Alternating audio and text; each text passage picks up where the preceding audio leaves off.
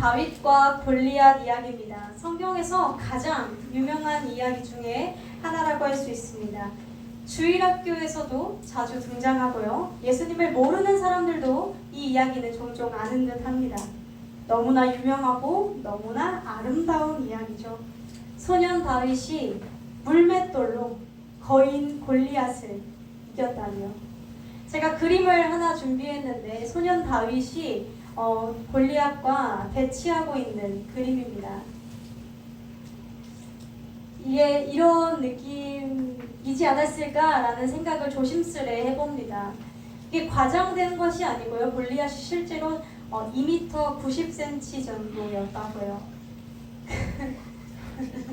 엄청나죠? 네, 정말 엄청난 거구의 사내였고, 저 골리앗이 손으로 들고 있는 모든 갑옷의 무게가 총합하면 한 80에서 90kg 정도 되었다고 합니다. 그것을 감당하고 들고 싸울 수 있을 정도의 장수였다라고 해요. 너무나 아름다운 이야기지 않습니까? 성인도 되지 않은 미성년자였던 다윗이 물맷돌 하나로 2m 90에 달하는 거인을 이긴 이야기입니다. 자, 너무나 아름다운 이야기인지라 우리가 익히 들어 알고 있지만 이 아름다운 본문에는 특징이 하나 있습니다. 바로 대체로 우리는 이 아름다운 본문을 적용할 줄 모른다는 것입니다. 우리가 언제 2m 90인 우리 연예인 서장훈 씨와도 싸워서 이길 수가 없는데 우리가 골리앗과 싸워서 이길 수 있겠습니까? 우리는요, 아름다운 동화 정도 아니면 누군가 어디선가 한두 명쯤은 있겠으나 나와는 상관없는 이야기라고 이 아름다운 이야기를 동화로 여기며 살아가게 됩니다. 자, 그렇다면 하나님께서 우리들에게 이 말씀을 허락하신 이유, 단순히 동화로 주시지는 않았을 거잖아요. 그렇죠? 하나님께서 우리들에게 이 다윗의 승리를 통해서 어떤 메시지를 주시는지 우리가 이 시간 함께 살펴보게 되기를 소망합니다. 첫 번째로 다윗을 모욕하는 하나님을 모욕하는 골리앗입니다. 자, 누구를 모욕한다고요? 하나님입니다. 제가 실수를 했어요. 하나님을 모욕하는 골리앗인데요. 오늘 본문의 시작 17장 초반부를 보게 되면요, 블레셋과 이스라엘 이 두 나라 사이에 전쟁이 일어났음을 보게 됩니다. 대략적인 구조가요, 어떻게 되냐면요, 제가 산 두 개를 제가 만들었어요. 그림을 그려가지고, 네, 산 두 개를 그림을 그려서 만들었습니다. 네, 대충 어떤 느낌의 대치 상황이었냐면요, 40일 정도를 전쟁의 대치 상황을 하는데, 저쪽 산에는 블레셋, 이쪽 산에는 이스라엘, 그리고 그 밑에 골짜기를 끼고 하는 싸움이었습니다. 그래서 그 싸움을 엘라 골짜기 전투라고 우리는 부릅니다. 이 엘라 골짜기 전투, 지금도 이곳은 이스라엘 지형에 남아있는데, 제가 그 당시는 모르겠지만 지금은 저기가 시냇물이 아니고요, 평지로 되어 있어요. 평지로 되어 있더라고요. 제 그림이 더 귀여운 것 같아서 제 그림으로 가져왔어요. 자, 이렇게 대치하고 있는 상황 속에서요, 처음 시작이 블레셋 진영에서 한 사람이 드러납니다. 누구죠? 골리앗이라는. 그리고 그에 대해서 이렇게 소개하고 있습니다. 골리앗, 싸움을 도두는 자가 있는데, 골리앗을 싸움을 도두는 자로 소개합니다. 골리앗이 지금 저쪽 산에 서서 한 것이 무엇일까요? 칼을 휘두르거나 창을 휘두르거나 실질적으로 물리적인 공격을 한 것이 아닙니다. 이 골리앗이 무엇을 합니까? 하나님을 말로 모욕하고 있습니다. 이렇게 말하죠. 10절에 내가 오늘 이스라엘의 군대를 모욕하였으니 라고 말합니다. 그런데요, 당시 전쟁은요, 나라와 나라 사이 전쟁은 그 나라의 신과 그 나라의 신의 전쟁이었어요. 쉽게 표현하자면 우리 이스라엘 참 하나님이신 하나님과 그리고 블레셋의 또 신인, 우리들에게 우상인 그 우상과의 전쟁, 신과 신의 싸움이었다는 거예요. 그래서 이 골리앗이 지금 하나님을 대놓고 무시하고 모욕한다라는 것입니다. 너네 하나님 살아계신 건 맞냐? 너네 하나님 살아계시면 나 이길 수 있냐? 이렇게 계속 모욕하고 있었다는 것입니다. 우리에게 있어서 이 골리앗을 어떻게 받아들일 수 있을까요?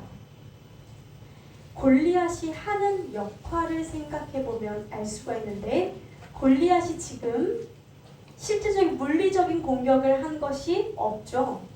말로 이렇게 공격합니다. 그런데 이스라엘 백성들의 반응은 어떻죠? 두려워서 숨습니다. 하나님 모욕을 하고 있는데 두려워서 숨습니다. 자, 어떻게 되는 거죠? 이 골리앗이 하는 역할은요, 계속해서 이야기함으로써 우리들의 내면 속에 하나님에 대한 신뢰를 무너뜨리는 역할을 골리앗이 한다는 것입니다. 다시 말하자면 이렇게 말하는 거예요. 하나님으로는 차이를 만들어낼 수 없어 라고 이야기한다는 것입니다. 하나님 믿어봐야 어차피 뭐해? 믿는다고 뭐 달라져? 기도한다고 뭐가 바뀌어? 예배 드린다고 너의 인생이 바뀌니? 하나님 말고 진짜 실제적으로 차이를 만들어낼 수 있는 것에 집중해. 하나님 믿는다고 뭐 안 바뀌어. 하나님 믿는 사람 다 똑같더만. 하나님 믿는 사람들이 더하더만. 하나님 믿는 애들 뭐 인생 뭐 잘 나가? 내가 더 잘 나가지. 계속 이야기를 한다는 겁니다. 그런데 신기한 건요, 우리가 그 이야기를 듣고 들을수록 우리 마음속에 어떠한 마음이 생기냐면요, 하나님에 대한 내면의 신뢰가 무너지게 된다는 겁니다. 왜일까요? 우리들은 들은 것을 생각하고 생각한 것대로 마음을 먹기 때문입니다. 그 듣는 것에 영향을 받을 수밖에 없어요. 골리앗의 역할은 이겁니다. 하나님이 아닌 다른 것이 우리들의 인생을 바꾸고 구원을 가져다 준다고 이야기한다는 것입니다. 자, 그런데 재미난 것은요, 블레셋과 이스라엘의 이 대치 상황이 40일 정도 지속되는데요. 자, 아까 그 산 그림 한 번만 더 보여주실까요? 처음에는요, 골리앗이 어디 서서 말하냐면 저쪽 산 위에 서서 말했습니다. 자, 그런데 25절에 보면요, 뭐라고 지금 이스라엘 백성들이 뭐라 얘기하냐면요, 너희가 이 올라온 사람을 보았느냐? 라는 것은, 이 골리앗을 두고 너희가 올라온 사람을 보았느냐? 라는 것은 지금 어디에 있다라는 거예요, 골리앗이? 내려와서 이스라엘 그 산 쪽으로 올라오고 있다는 얘기입니다. 얘네들이 점점 더 심리적인 압박을 가하면서 다가오면서 말하고 있다는 거예요. 본문에서 골리앗의 외적 요소에 대해서 굉장히 자세하게 설명을 합니다. 골리앗의 외적 요소만 몇 절을 설명해요. 자, 왜일까요? 이스라엘이 그 외적인 것을 자세히 보고 있었다는 겁니다. 그 외적인 요소를 자세히 계속해서 보고 있었다는 겁니다. 그의 말이 설득력 있게 들려졌다는 겁니다. 왜요? 그의 외적인 요소 때문에요. 우리들에게 있어서요, 구원을 손에 쥐고 계신 분은 하나님이십니다. 하나님 한 분이십니다. 자, 그런데 하나님으로는 차이를 만들어낼 수 없을 것 같다는 생각이 골리앗이, 그리고 지금 우리들에게는 우리가 살아가는 문화 속에서 이야기를 듣다 보니 우리는 어느 순간 우리가 처한 문제만을 바라보게 된다라는 것입니다. 이스라엘 백성들이 골리앗만 뚫어져라 봤듯이 우리도 문제 속에 깊게 파묻히게 된다라는 겁니다. 자, 그런데 골리앗만 바라봤더니 이 골리앗이 해결되는 것이 아니라 이 골리앗이 점점 더 다가오고 이스라엘 백성들은 이 골리앗에 점점 더 압도당해 버렸다는 거예요. 우리들이 하나님이 아니라 문제들을 계속해서 바라보고 곱씹을 때, 이것은 우리들의 죄, 우리들의 문제,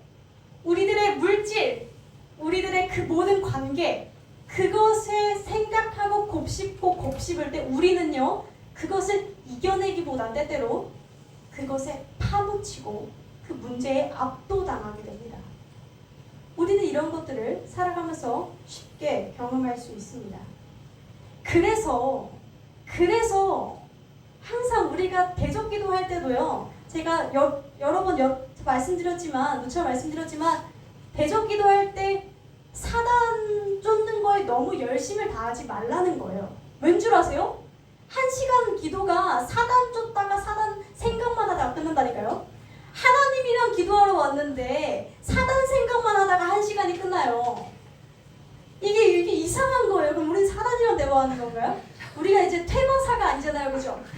우리는 하나님을 믿는 사람이고 성령 하나님이 내 안에 들어오셨을 때 사단이 내몰아지는 것인데, 우리가 사단을 막 이렇게 대전만 너무 열심히 하다 보면요, 하나님과의 인격적인 교제가 아니라 무당처럼 사단만 쫓고 있다라는 거예요. 그러니까 그래서 문제, 사단의 죄에 너무 집중하지 말라는 거예요. 우리가 바라볼 것은 그 너머의 하나님이라는 것이죠. 자, 모두가 뒤로 물러서서 골리앗을 두려워하면서 골리앗만 바라보면서 어떻게 골리앗 어떻게 하고 있을 때 한 사람, 다윗이 나타납니다. 다윗이 47절에 이렇게 말합니다. 우리 함께 합독해 보겠습니다. 47절입니다. 시작. 또 여호와의 구원하심이 성에 있지 아니함을 이 무리로 알게 하리라. 여호와께 속한 것인즉 그가 너희를 우리 손에 붙이시리라. 아멘. 자, 사울을 포함한 다른 백성들과 다윗의 다른 점이 뭐예요? 다윗은 지금 뭔가를 알고 있어요. 뭘 알고 있냐면요, 하나님이 만드시는 차이라는 것을 알고 있는 사람입니다. 하나님이 만들어내시는 차이를 경험했고 경험하고 있고 그것을 신뢰하는 자라는 겁니다. 자, 그렇다면 그 하나님이 만드시는 차이는 어디서 시작됩니까? 우리가 그 하나님의 차이가 시작되는 공간을 좀 찾아보려 합니다. 하나님의 차이가 시작되는 공간은요, 첫 번째로는 약함입니다. 약함에서 차이를 만들어내시는데요. 오늘 본문이 되게 길었어요. 되게 길었는데 긴 본문에서 다윗이 몇 사람과 마주쳤는지 아시나요? 찌그러도 볼까요? 몇 사람과 마주치나요? 다윗이? 네, 일단 엘리압 마주치고요, 그죠? 또 누구 마주치죠? 네, 사울 마주칩니다, 그죠? 그리고 또 누구 마주치죠? 마지막에? 네? 골리앗 마주칩니다. 네, 이 세 사람을 마주쳐요. 이 세 사람을 마주치는데요, 이 세 사람 모두 저마다의 기준으로 다윗의 약한 부분들을 지적합니다. 자, 첫 번째, 엘리압. 엘리압은 다윗의 맏형이었어요. 장형, 맏형이었는데요. 엘리압의 눈에 보였던 엘리압 시선에서 다윗은 어땠을까요? 엘리압 시선에서 다윗 그냥 막내인 거예요. 막내요. 저희 아버지 되시는 큰전도사님께서 막내세요, 형제 중에. 근데 이제 저한테 큰 고모가 저희 아버지를 바라보실 때 그 눈이 있어요. 내 자식이다.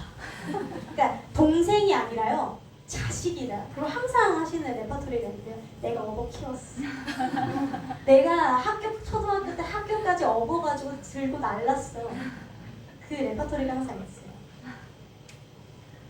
다윗은요, 이 미성년자 다윗은요, 엘리압이 보기에는 사실, 그리고 뭐 많이 갈 것도 없이 나연 성도님도 다연 성도님을 어리게 볼 거예요, 그죠? 동생이니까 내 동생, 얘는 이렇게 볼 거란 말이에요. 분명히 동생이니까요. 엘리압의 눈에 다윗은 너무나 철부지였어요. 철든 엘리압이 보기에 다윗은요, 너무나 어려서 이 전쟁에 선발되지도 않은, 엘리압은 선발되어서 전쟁에 출전했는데 다윗은 너무 어려서 선발되지도 않고 심지어 이 자리에 도시락 싸들고 왔거든요. 형들 줄 도시락. 그러니까 애죠, 애. 싸움에 대해, 전쟁에 대해 뭘 알겠어요. 그래서 혼을 냅니다. 여기서 사람들 속 뒤집어 놓지 말고 집이나 가. 너 지금 너 교만해서 지금 이 자리에 왔니? 전쟁 구경하러 왔니? 지금 이게 사람 목숨 오락가락하는 게 쉬워 보여? 장난 같아? 이러면서 막 화를 내기 시작합니다. 자, 두 번째, 사울. 사울의 눈에 보인 다윗의 약함은 뭐였죠? 신체적인 사이즈입니다. 골리앗은 용사인데 너는 소년이야. 싸울 수 없으리이다. 자, 마지막 골리앗.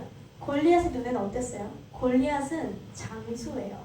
아까 그림을 보셔서 아시겠지만 2m 90 그리고 장수 80kg, 90kg의 갑옷과 창과 방패를 들 정도의 사내라면 엄청난 다부진 몸매를 가지고 있었을 겁니다. 싸움을 잘하고요. 험악한 사람이었을 겁니다. 그 사람이 다윗을 딱 보자 이렇게 말합니다. 업신여기니 42절에 보면 다윗을 보고 업신여기니 이는 그가 젊고 굵고 용모가 아름다움이라. 자, 그렇다는 건 우린 유추해 볼 수 있죠. 골리앗은 못생겼다라는 거예요. 그러니까 이런 거죠. 뭔가 너무 못생겼다라는 기준은 다 상이하지만 전쟁에 나가서 많이 싸운 만큼 험악하고 남성스러운 외모를 가졌을 것으로 추측이 됩니다. 그러나 다윗은 어땠대요? 미소년이었어요. 하얗고 맑고 후리한 사내였다는 거예요. 그러니까 저 핏덩이가 지금 나랑 싸우려고 나온 거야? 라는 생각이 들었겠죠. 이 세 명의 사람들은 자기의 각자 소견대로, 기준대로 다윗의 약함을 말하고 있습니다. 그러나 너무 재미있는 것은요, 하나님께서 일하시는 공간은 바로 이 약함이었다는 겁니다. 하나님은 다윗의 약함을 들어서 강하다고 여기는 것들을 깨뜨리셨습니다. 하나님의 섭리는 실로 놀라운데요. 우리들의 삶에 있어서 하나님의 일하시는 공간은 늘상 약한 공간, 우리가 문제라고 여기는 공간, 우리가 결핍이라고 여기는 그 공간이라는 것입니다. 하나님의 말씀 가운데 이는 하나님께서 세상에 미련한 것들을 택하사 지혜 있는 자들을 부끄럽게 하시려고 세상에 약한 것들을 택하사 강한 것들을 부끄럽게 하려 하시며 하나님께서 세상에 천한 것들과 멸시받는 것들과 없는 것들을 택하사 있는 것들을 폐하려 하시나니. 사랑하는 성도 여러분, 문제덩어리라 여기는 그 사람, 문제덩어리라 여기는 그 상황, 우리들의 기준에 보아서 저 사람은 일머리가 너무 없고 저 사람은 말도 못 알아먹고 저 사람은 너무 답답하고 문제덩어리고 그러한 상황들 나에게 있지 않으십니까? 심지어 내 스스로에게도 있을 겁니다. 이건 내가 진짜 별론데, 이건 진짜 내가 이건 아닌데. 그러나 성급히 판단하지 마시라는 거예요. 나에 대해서도 타인에 대해서도. 하나님께서는 그 문제와 약함을 통해 나를 깨트리시는 분이시거든요. 두 번째로는 일상을 통해 차이를 만드십니다. 우리는 특별한 한 방을 원하고요. 특별한 무언가를 기대하지만 하나님은 나의 인생의 차이를 일상에서 만드시고 나의 현재를 통해서 일하십니다. 다윗이 골리앗 만나러 갈 때 계획하고 갔나요? 그렇지 않습니다. 훈련받고 갔나요? 그렇지도 않아요. 다윗의 이 여정은 아버지의 심부름에서 시작합니다. 우리 17절을 볼게요. 이새가 그의 아들 다윗에게 이르되 지금 너의 형들을 위하여 볶은 곡식 그리고 치즈, 치스가 치즈예요. 치즈, 떡 10덩이. 그러니까 지금 뭐냐면요, 이 도시락들을 들고 형들에게 가서 형들 안부도 좀 물어보고 하라는 건데, 다윗이 이 명령에 충실하게 순종합니다. 어떻게 해요? 20절에 일찍이 일어나서 원래 자신의 업무였던 양을 양 지키는 자에게 맡기고 자신의 일들을 막힘없이 처리를 하고 이새가 명령한 대로 가지고 가서 진영에 이릅니다. 원래 다윗이 살던 베들레헴에서 엘라 골짜기까지는 24km. 24km 된 거리를 한솥 도시락 3개 들고 간 게 아닙니다. 자, 무엇이라고 하는 얘기 나이였는데 뭘 들고 가냐면요. 쌀 우리로 환산하면 쌀 20kg. 쌀 20kg에 치즈 10덩이에 빵 10덩이. 그거를 등에 지고 24km를 갑니다. 그때 오늘 본문 말씀에 29절에 마침 형들에게 문안하고 그들과 함께 말할 때에 마침, 전 항상 말씀드리지만 성경에서 이 마침이라고 말하는 부분이 얼마나 짜릿한지 모릅니다. 왜요? 성경은 전제가 우연이 없고 하나님의 섭리로 가득 차 있다는 것이 전제인데, 마침이라는 것은 뭐예요? 하나님의 개입이 들어간 그 순간에 하나님께서 다윗의 삶의 차이를 언제 만들어내세요? 어떤 공간에서 만들어내세요? 다윗이 아버지의 명령에 따라 순종해서 도시락을 셔틀하는 그 공간에서요. 그 공간에서 하나님은 그를 골리앗을 만나게 하셨다라는 거예요.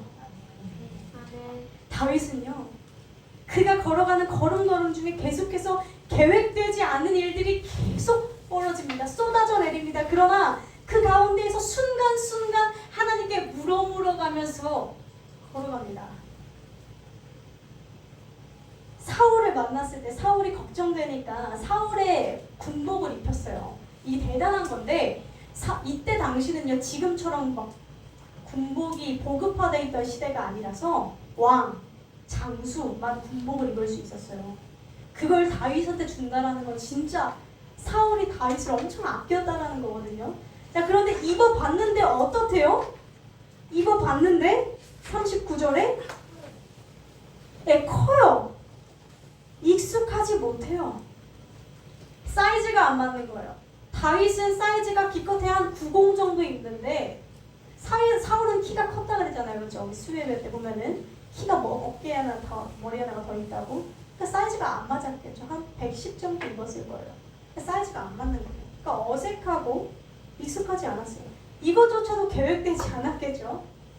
다윗은 그때에 순간적으로 기도했을 겁니다.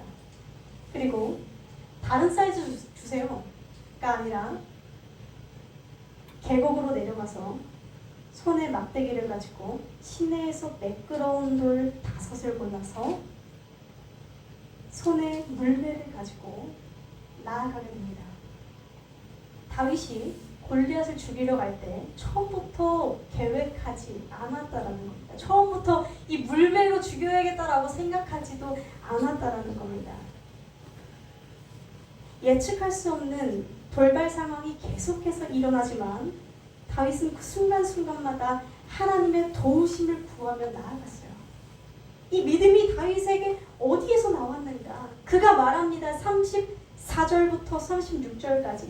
주의 종이 아버지의 양을 지킬 때, 내가 맨날 양을 지킬 때에 사자나 곰이 와서 양떼에서 새끼를 물어가면 내가 따라가서 그것을 치고 그것을 쳐 죽였나이다. 이 물맷돌로.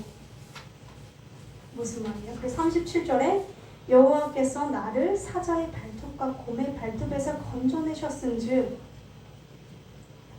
나를 이 블레셋 사람의 손서도 건져내시리이다.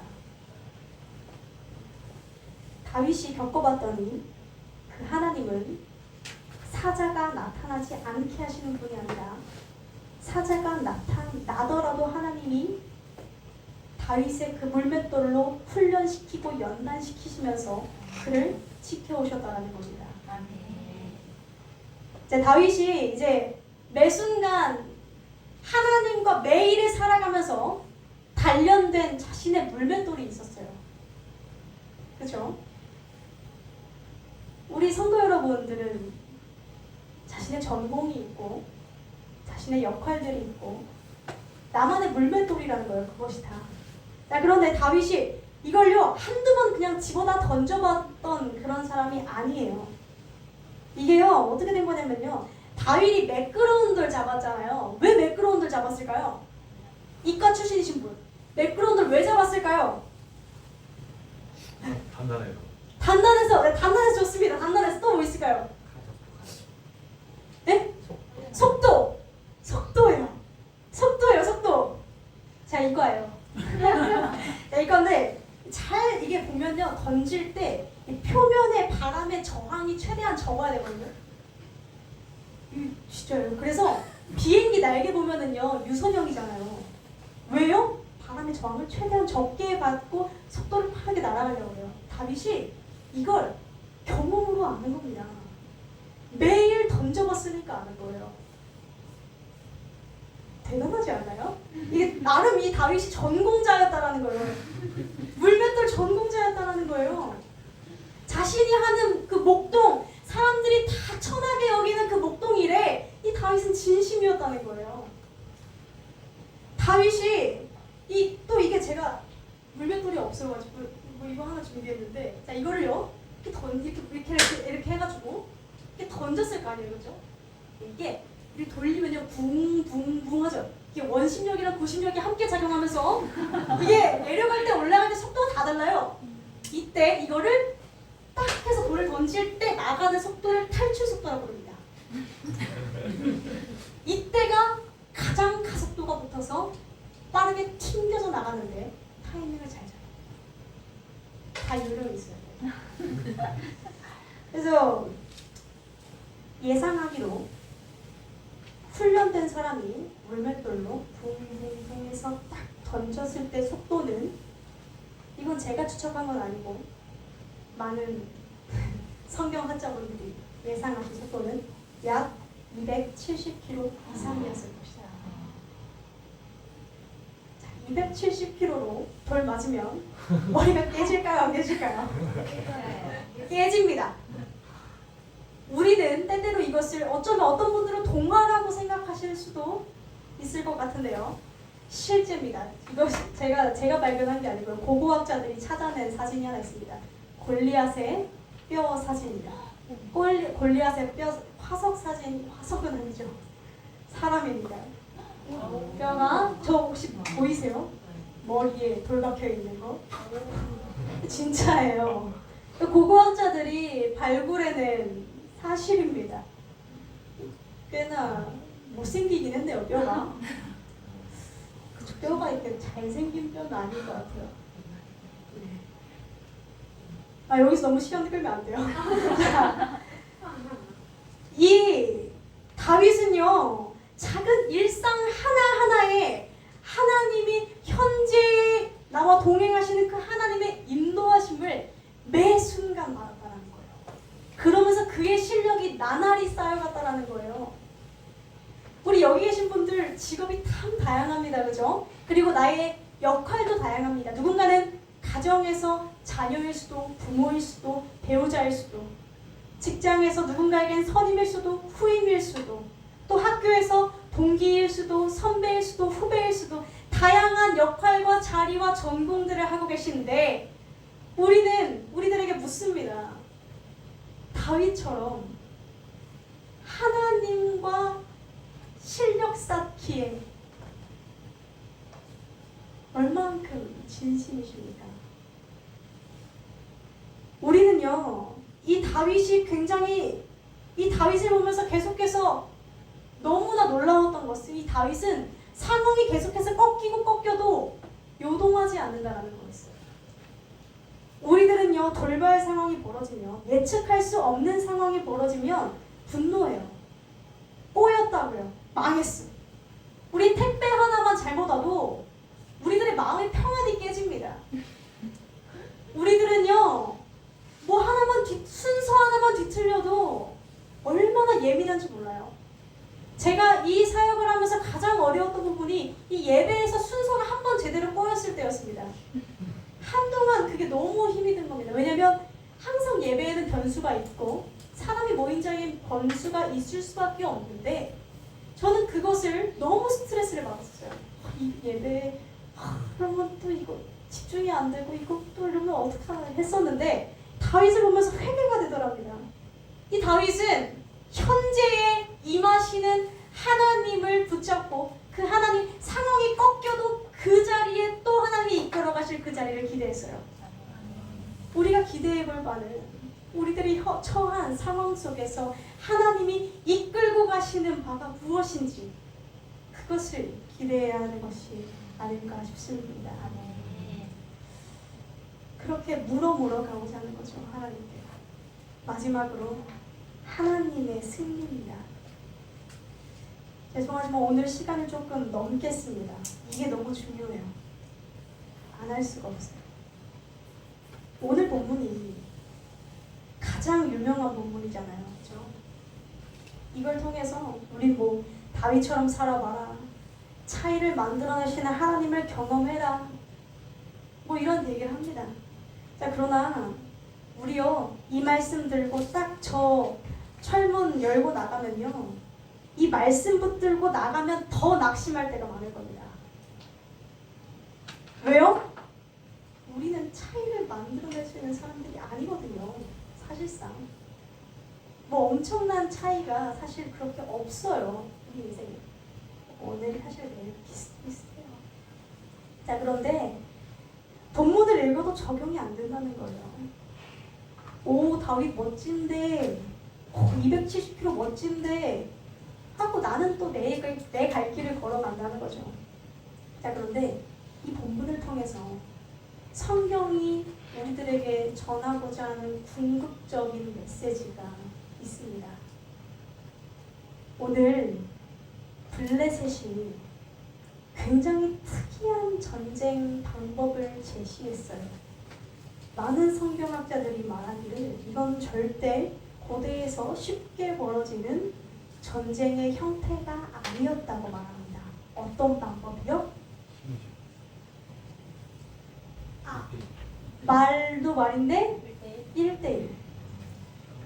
네, 1대1 싸움. 이거는 고대에서 쉽게 있는 싸움이 아니었대요. 블레셋의 독특한 방법이었대요. 8절에 보면요. 너희는 한 사람을 택하여 내게로 내려보내라. 골리앗과 1대1로 싸울 한 사람을 내려보내라. 특이한 싸움 방식을 제안하는데요. 하나님께서는 이 특이한 블레셋의 방법을 일부러 사용하셔서 성경에서 드러내고 있는 궁극적인 메시지를 우리에게 전해주고 계시다라는 거예요. 그것은 우리 9절을 보게 되면 알 수 있습니다. 그가 나와 싸워서 나를 죽이면 우리가 너희의 종이 되겠고 만일 내가 이겨 그를 죽이면 너희가 우리의 종이 되어 우리를 섬길 것이라. 이게 무슨 얘기예요? 다윗과 골리앗의 1대1 싸움이 아니라는 거예요. 이거는 골리앗이 이기면 이스라엘 전체가 골리앗 밑으로 들어가는 거고 다윗이 이기면 블레셋 전체가 다윗 밑으로 이스라엘 밑으로 들어가게 된다는 겁니다. 일부러 이것을 보여주는데요. 성경은요. 우리들의 인생의 궁극적인 승리를 결정짓는 영적인 시스템을 우리들에게 보여줍니다. 무엇이냐면요. 나는 부족해도 승리가 주어진다는 겁니다. 우리가 이 사실을 기억해야 됩니다. 나는 부족해도 구원이 주어진다는 겁니다. 이것이 성경에서 말하는 연합이라는 교리입니다. 연합이요. 구원과 직결되는 겁니다. 자, 다윗이 이겼죠. 이스라엘에서 다윗이 이겼어요. 자, 그러나 분명히 이스라엘 전쟁을 나간 사람들 중에는 골리앗보다 싸움 못하는 사람들이 있었을까요? 없었을까요? 수두로 빽빽했죠. 훈련 농땡이 친 애들이 있었을까요? 없었을까요? 있어요. 어딜 가나 있어요. 근데 얘네들까지 다 이겼다는 거예요. 왜요? 다윗이 싸워서 이겨서. 이게 연합이거든요. 이게. 반대로 블레셋 사람들 중에 한번 우리가 감정이입을 해보면 거기서도 열심히 사는 사람도 있었을 거예요. 일찍 일어나서 야 창은 이렇게 찌르는 거야 알려주면서 후임들에게 친절한 블레셋 사람들이 있었을 거라고요. 근데 그 사람들은 궁극적으로 질 수밖에 없었어요. 왜요? 대장 골리앗이 졌으니까. 이게 연합이에요. 자, 골리앗이 상징하는 것은요, 범죄했던, 죄를 지었던 아담, 우리가 성경에서 말하는 첫째 인간의 모습입니다. 로마서 12장에서는요, 한 사람으로 말미암아 죄가 들어왔고 죄로 말미암아 사망이 들어왔느니라 라고 말해요. 아담이 범죄했기 때문에 모든 사람들은 이 땅에서 어떤 돈을 벌고 어떻게 건강하게 살고 어떻게 잘 나가게 살아도 마지막에는 궁극적으로 패배한다라는 것입니다. 그것이 죽음이라는 한계예요. 자, 그런데 새로운 연합이 생겼습니다. 다윗으로 상징되는 분은 예수 그리스도십니다. 다윗으로 상징되는 예수 그리스도께서 이 땅에 오셔서 이 밑에 있는 사람들을 죽음에서 궁극적으로 끝내지 않고 영원히 살도록 무조건 살게 되는 그 영생의 길에 올려놓으셨다라는 거예요. 고린도전서 12장 22절 말씀입니다. 고린도전서 15장 22절 말씀. 아담 안에서 모든 사람이 죽은 것 같이 그리스도 안에서 in Christ 모든 사람이 삶을 얻으리라. 이것이 우리가 예수 그리스도와 연합하고 성경에서 수없이 말하는 그가 내 안에 내가 그 안에 거하는 그 연합이 있을 때, 우리가 그 예수 그리스도를 믿을 때 우리가 부족해도 연약해도 구원을 얻는다라는 것입니다. 이 연합이 있으면요, 우리가 우리들의 인생의 현재의 고난을 바라보는 해석 자체가 달라집니다. 왜요? 나는 궁극적으로 최종적인 승리가 내 안에 있거든요. 우리들은 내가 지금 실수한 것 때문에, 내 상황 때문에, 내 형편 때문에, 이러한 것들 때문에 내 인생이 망했다라고, 망해간다라고, 패배해간다라고 생각했는데 우리들에게 이미 최종적이고 궁극적인 승리가 우리들에게 주어졌다라는 겁니다.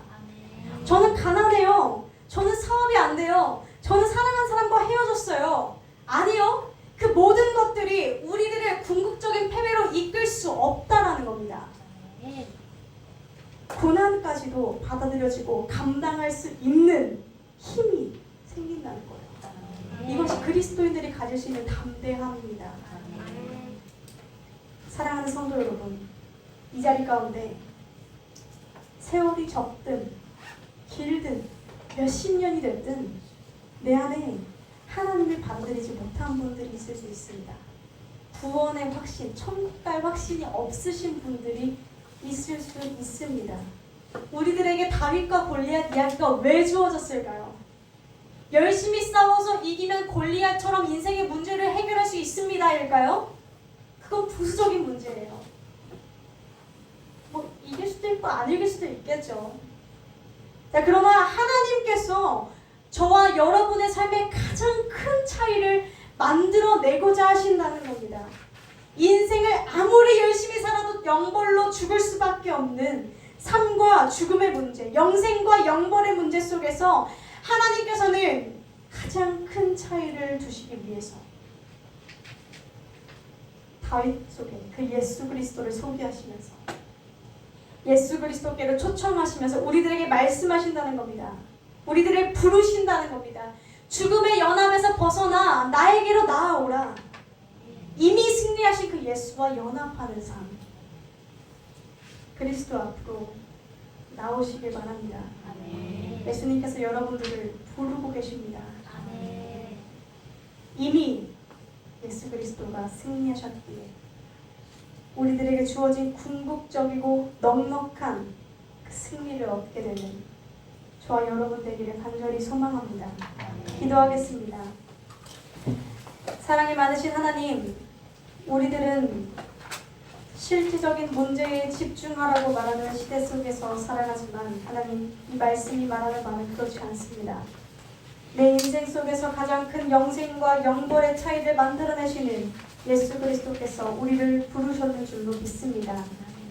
우리가 그 확신 속에서 차이를 만들어내시고 골리앗의 모욕 속에서도 하나님만이 차이를 만들어내시는 것을 드러내시는 그분 한 분을 믿고 나아가게 하여 주시옵소서. 우리들의 인생을 들어 사용하여 주옵소서.